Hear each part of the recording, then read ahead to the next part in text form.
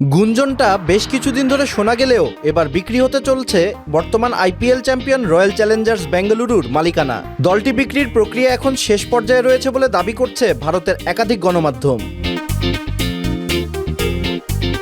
কোহলিদের ফ্র্যাঞ্চাইজিটির প্রতি একাধিক আন্তর্জাতিক বিনিয়োগকারী সংস্থা আগ্রহ দেখালেও শেষ পর্যন্ত চূড়ান্ত লড়াইয়ে টিকে রয়েছে দুটি পক্ষ।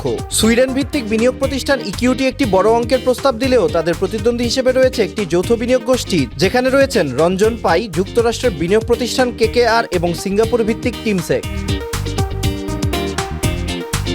সত্যটির বিক্রি মূল্য প্রায় $2 বিলিয়ন বা বাংলাদেশি টাকায় প্রায় 24,600 কোটি টাকা হলেও তা ছাড়িয়ে যেতে পারে বলে ধারণা ক্রীড়া বিশ্লেষকদের। প্রাথমিকভাবে কয়েকটি বড় প্রতিষ্ঠান আরসিবির মালিকানা কেনার দৌড়ে থাকলেও পরে তারা সরে দাঁড়ায়। এর মধ্যে ছিল গ্লেজার ফ্যামিলির বিনিয়োগ গোষ্ঠী এবং ভারতীয় ব্যবসায়ী আদর পুনাওয়ালা। গ্লেজার পরিবার প্রায় $180 কোটি প্রস্তাব দিয়েছিল, তবে ইকিউটি তাদের প্রস্তাব বাড়িয়ে $200 কোটি কাছাকাছি নিয়ে যায়। এদিকে চলতি মাসের শেষের মধ্যে এই চুক্তি চূড়ান্ত করতে চাইছেন বর্তমান মালিক ডিয়াজিও। সবকিছু ঠিকঠাক থাকলে আগামী 31 মার্চের মধ্যেই বিরাট কোহলিদের ফ্র্যাঞ্চাইজি রয়্যাল চ্যালেঞ্জার্স বেঙ্গালুরুর বিক্রির চূড়ান্ত সিদ্ধান্ত আসতে পারে বলে ধারণা করা হচ্ছে।